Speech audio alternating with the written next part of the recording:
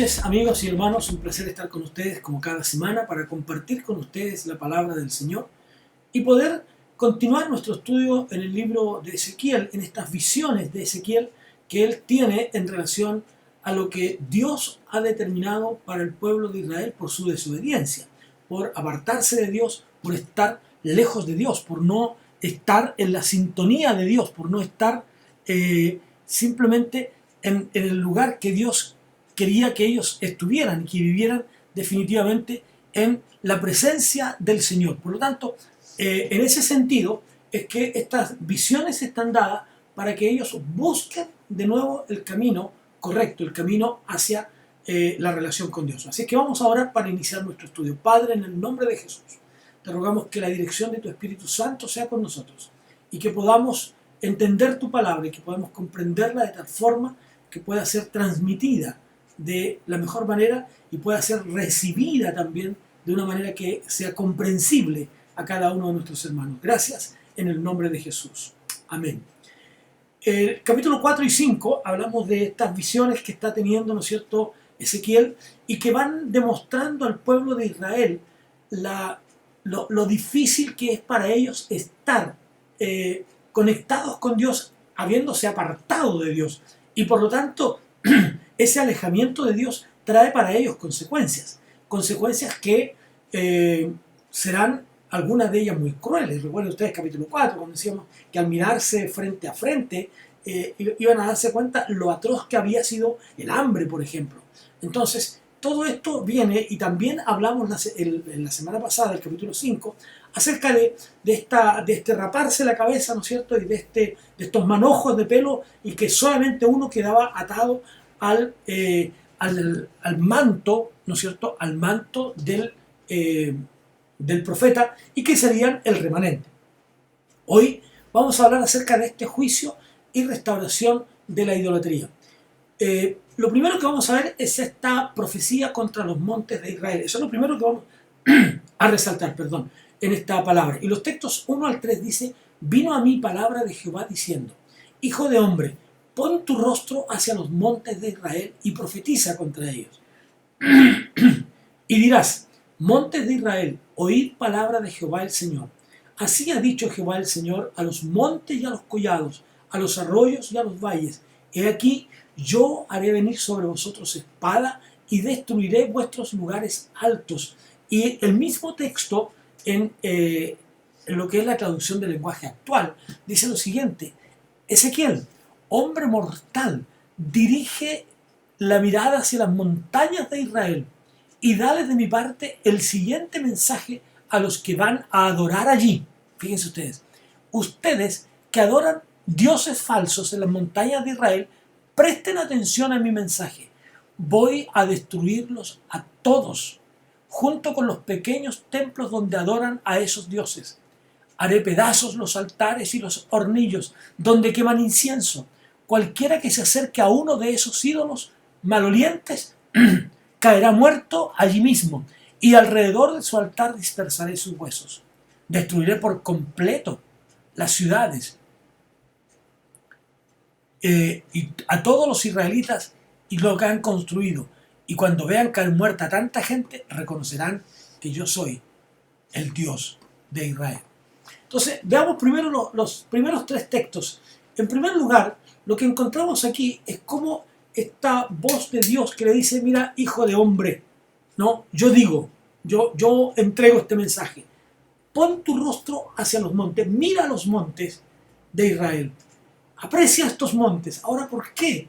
Porque los montes ayudaban a definir el terreno, la geografía de Israel.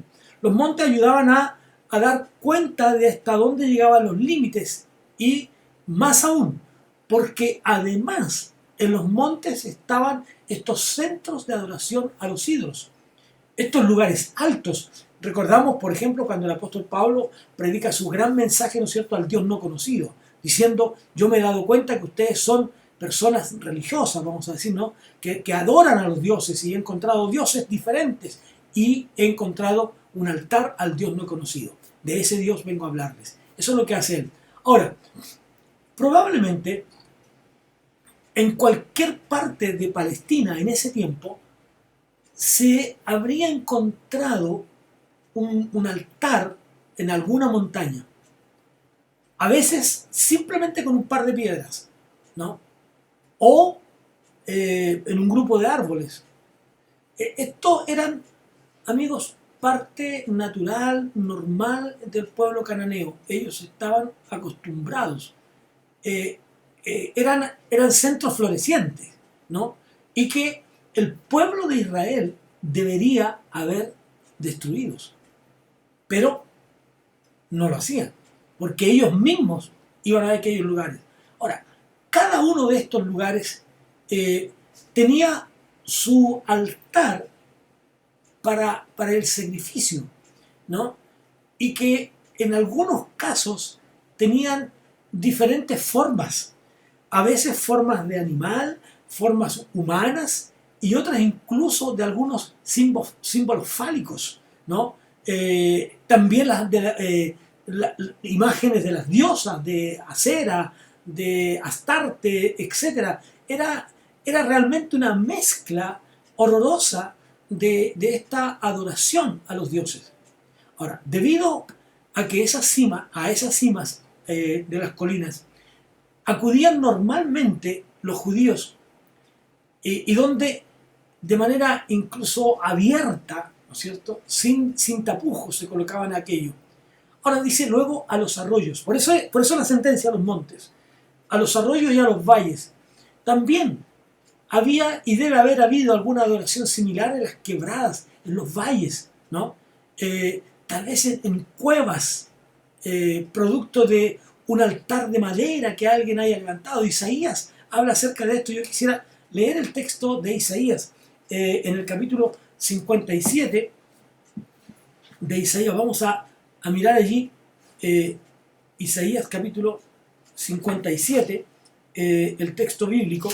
Nos habla acerca de esto, de estas tallas de madera, ¿no? El texto 5 y 6 dice, hablando al pueblo, dice, que ardéis en lujuria entre encinas, debajo de cualquier árbol frondoso, y sacrificáis los hijos en los valles debajo de los peñascos. En las piedras lisas del valle está tu parte. Ellas son tu suerte. A ellas derramaste libación y ofreciste presentes. ¿No habré de castigar estas cosas? Ahí está lo que decía recién, esta inclinación de crear dioses, adorarlos, someterse a ellos y crear todo tipo de actos lujuriosos, de sacrificios, incluso de infantes.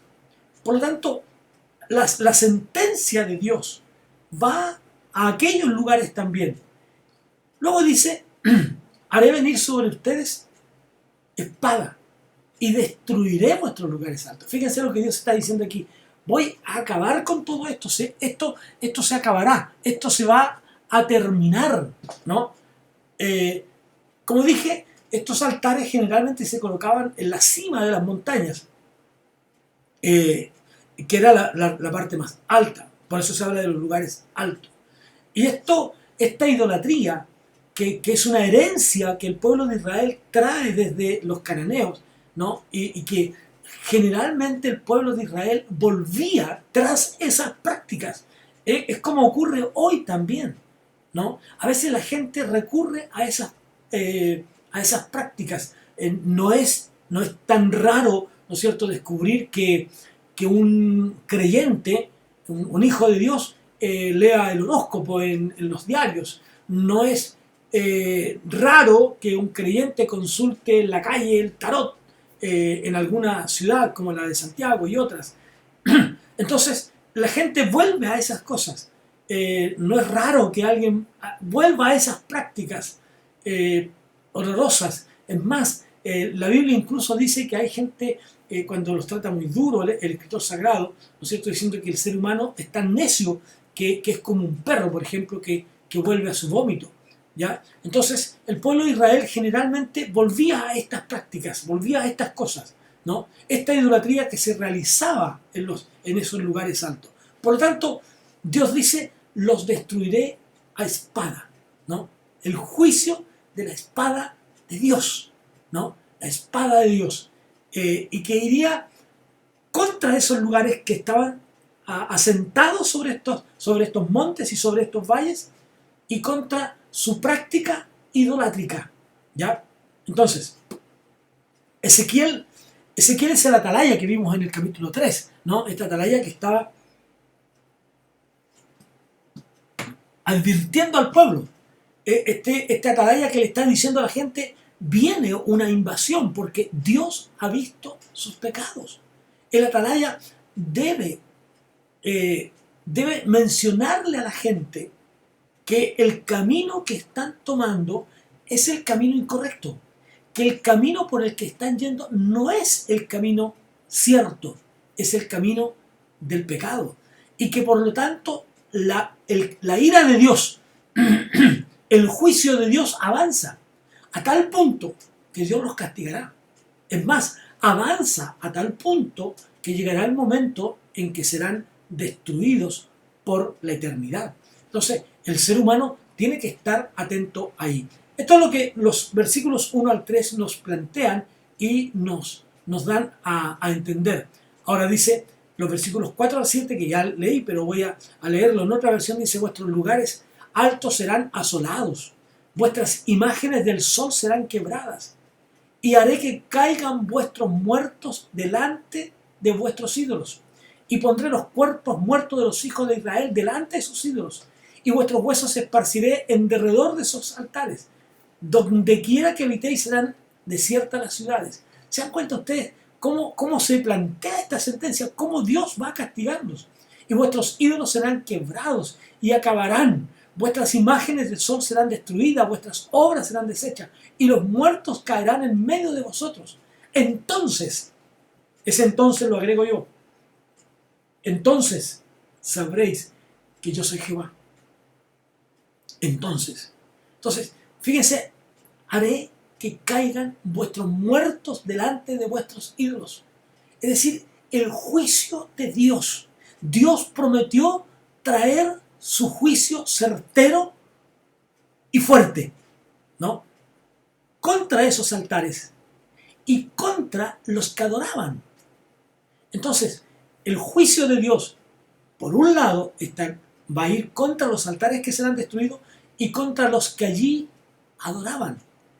Dios iría, diríamos, tal vez de una forma distinta, pero Dios iría a profanar esos lugares con los huesos de Israel y de este Israel infiel, y derramaría y desparramaría todos esos huesos.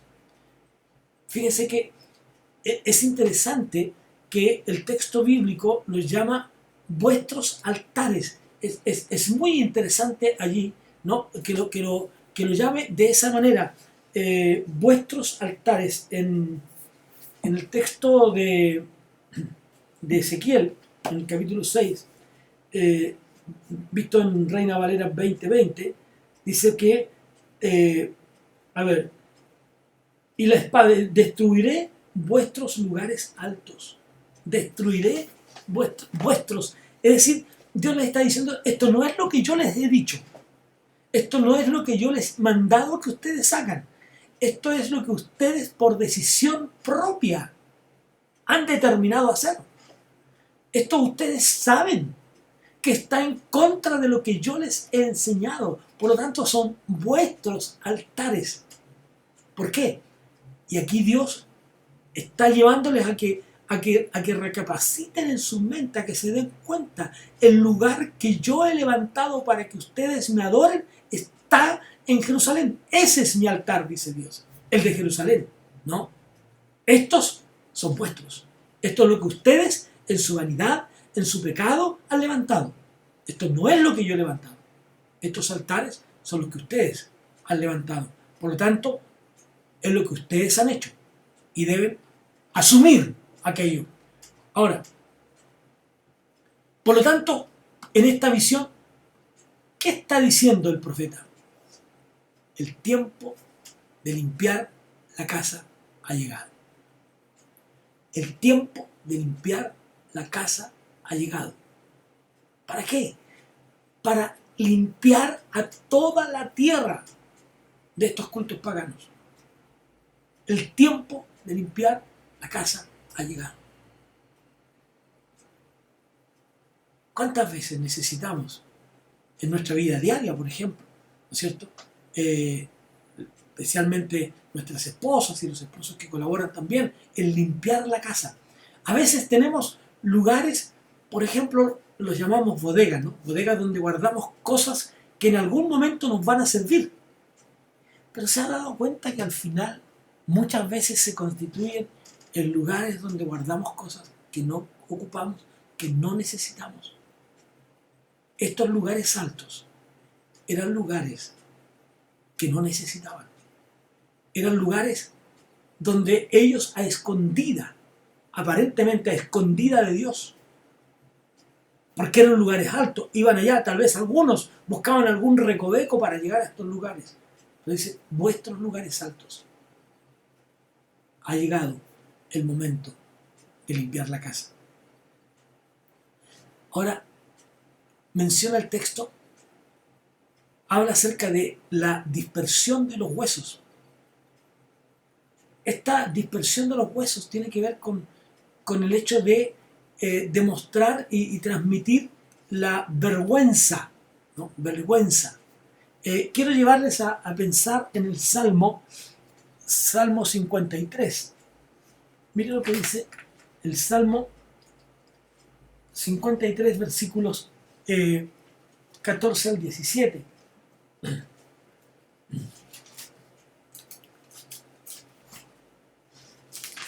Salmo 53, 5. Dice lo siguiente. Salmo 53, 5.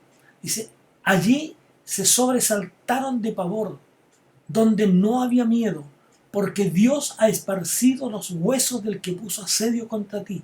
Los avergonzaste, porque Dios los desechó. Y luego en el Salmo 141,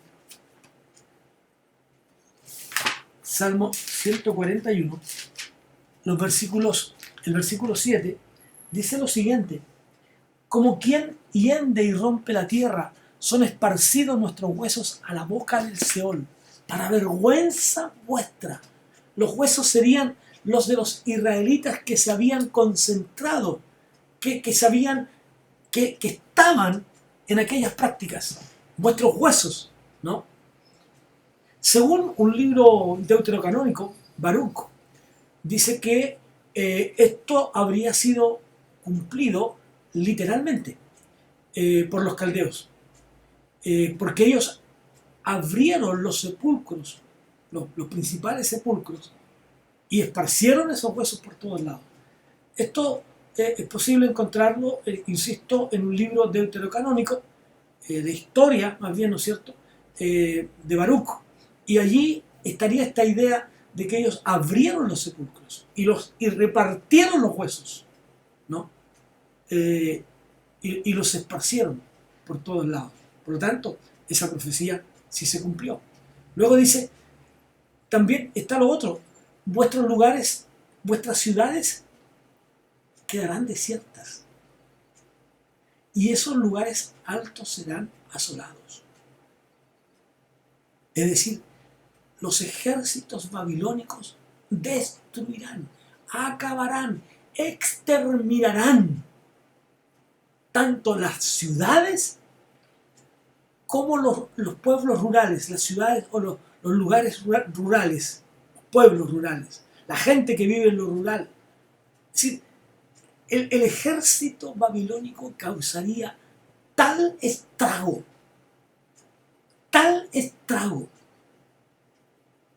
sobre Israel, que todo sería destruido. Serán asolados. Ningún sacerdote.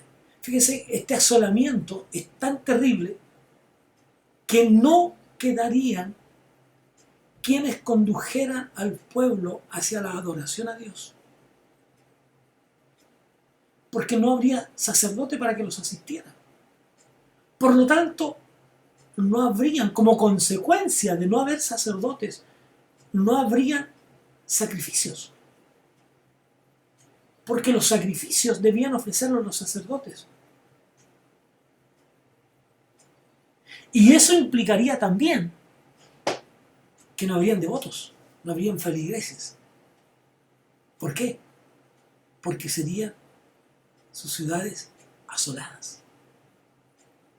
Serían asoladas, porque los ejércitos babilónicos destruirían todo, ¿no? Vuestros ídolos, dice el texto, serán quebrados y acabaron. Ahora, esto también se cumple. Y se cumple cuando Israel vuelve a la tierra. Abandonan aquello, ¿no? Se cumple. Los ídolos son quebrados. Ahora, estos ídolos mismos estos lugares altos, serán profanados. ¿Por quiénes? Por los cadáveres de los adoradores. Esto, digámoslo así, sería lo más terrible de una profanación. ¿Por qué? Porque la fragancia del incienso, de lo que la gente ofrecía allí, sería cambiado por la putrefacción de los cuerpos que estarían ahí. Fíjese usted, sería cambiado por la putrefacción, porque en esos lugares, obviamente, la gente llevaba incienso para tener y sacrificar a sus ídolos y tener lugares, digamos, con un buen olor. Pero ahora la muerte de sus adoradores, la muerte de sus devotos, la muerte de aquellos que iban a adorar los ídolos sería tal que en lugar de esa fragancia del incienso habría un olor putrefacto. Eso sería realmente caótico. Ahora, finalmente dice, ¿no? Hasta el versículo 7, finalmente entonces ustedes sabrán que yo soy Jehová. Mire lo que dice el texto 7 del capítulo 6. Los muertos caerán en medio de vosotros y sabréis que yo soy el Señor. Sabréis que yo soy Jehová. Sabréis que yo soy Dios. Sabréis que soy el único a quien ustedes deben adorar. Sabréis que soy el único a quien ustedes deben postrarse, ante quien ustedes deben postrarse en adoración. Eso está diciendo aquí el texto. Ustedes van a saber quién soy, ¿no? Esta expresión aparece reiteradamente en el libro de Ezequiel, por lo menos más de 60 veces. Ahora, el propósito de Dios es hacer que Israel vuelva sus ojos a Dios. Siempre Dios, amigos, está buscando al hombre, está en búsqueda de él. Siempre es Dios quien va en la búsqueda del hombre. Ahora viene la promesa de un remanente. Dice el texto 8. Más dejaré un resto, de modo que tengáis entre las naciones algunos que escapen de la espada cuando seáis esparcidos por la tierra. Dejaré un remanente, dejaré un resto, ¿no? Y aquí retomamos lo dicho en el capítulo 5, cuando le dice al profeta que un poco de ese cabello, ¿no es cierto?, que se había rapado, lo ate a su manto, ¿no? La promesa de Dios, porque quedará un remanente, se cumple. Dios cumple sus promesas. Así es que de todos los esparcidos quedará un remanente que permanecería en la tierra de Dios. Y los que de vosotros escaparen, se acordarán textos 9 al 10, Se acordarán de mí entre las naciones en las cuales serán cautivos, porque yo me quebranté a causa de su corazón fornicario, que se apartó de mí, y a causa de sus ojos que fornicaron tras sus ídolos, y se avergonzarán de sí mismos a causa de los males que hicieron en todas sus abominaciones, y sabrán que yo soy Jehová. No en vano dije que les había de hacer este mal. Y si este mismo texto lo leemos en traducción del lenguaje actual, dice lo siguiente, fíjense ustedes, es interesante como lo plantea, ¿no? Dice, sin embargo, yo dejaré con vida a algunos israelitas, los cuales serán llevados prisioneros a otras naciones de la tierra. Cuando estén allá, se acordarán de mí y del castigo que les di por engañarme y adorar a los ídolos. Entonces se darán cuenta de lo mal que se portaron y se les revolverá el estómago al acordarse de sus actos repugnantes. Entonces reconocerán que yo soy el Dios de Israel y que siempre hablé en serio, ¿no? Entonces se acordarán. ¿Qué es lo que Dios está diciendo? Algún día, los que se fueron al exilio recordarán su pacto con Dios. Se acordarán de mí. Se acordarán que violaron mis preceptos. Se acordarán que violaron mis misericordias. Se acordarán que abusaron de mí, que no escucharon la sentencia, lo que yo les estaba diciendo que pasaría. No hicieron caso a mis promesas, las rechazaron. Mis juicios, etc. Se acordarán de mí. Y luego dice, porque yo me quebranté a causa de su corazón fornicario. Fíjense que Dios usa aquí una analogía humana para tratar de explicarles la profundidad del dolor que Dios sentía a causa de la idolatría de Israel. Habla de fornicación. Como sufre un esposo o una esposa con su cónyuge infiel. El dolor es lo más profundo. Aquí se nos habla del sufrimiento divino. ¿Cómo el profeta tiene que transmitir el dolor de Dios a través de esto? Porque yo me quebranté a causa de su corazón fornicario. Actuaron como una prostituta, actuaron como un prostituto, vamos a usar el término en masculino también, permítanme. ¿Cómo actuaron así? Eso quebrantó mi corazón. O como dice en otro de los textos, Icabod, ultrajada fue la gloria de Dios. Este sentido de Icabod, de ultraje, tiene que ver cuando una doncella, una niña, es violentada sexualmente. No solo es violada, es violentada, ultrajada, maltratada. Así se siente Dios. Ese es el sufrimiento de Dios. Esto uno lo ve todavía mucho más claro en la experiencia que nos cuenta Oseas. Allí se puede ver con claridad cómo Oseas es ultrajado, es maltratado por una esposa infiel.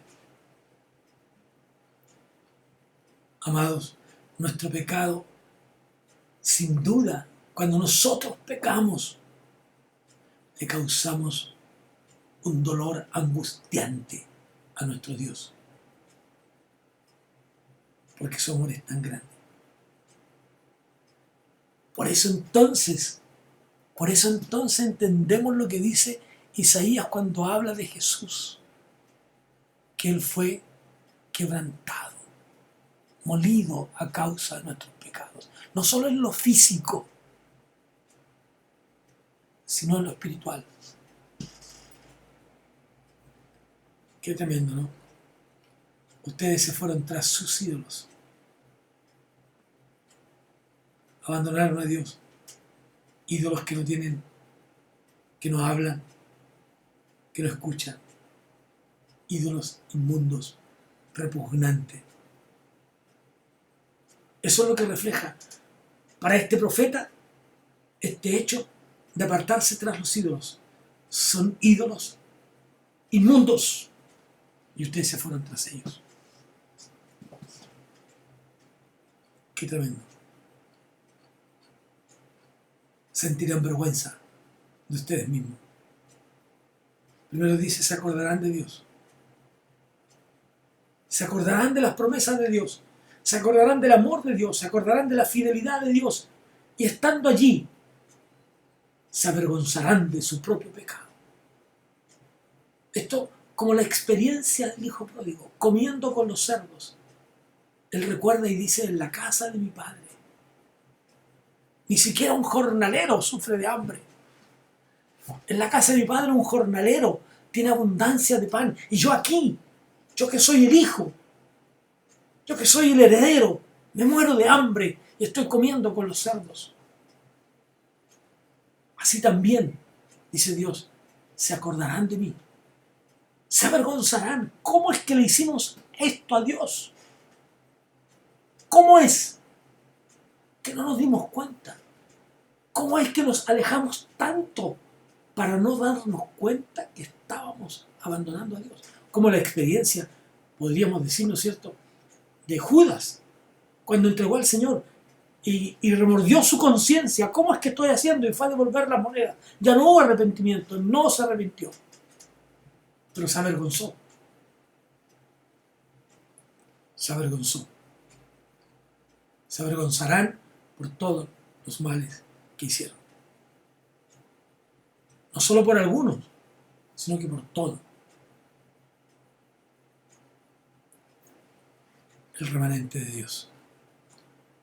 Y sabrán que yo soy Jehová. Sabrán que yo soy Señor.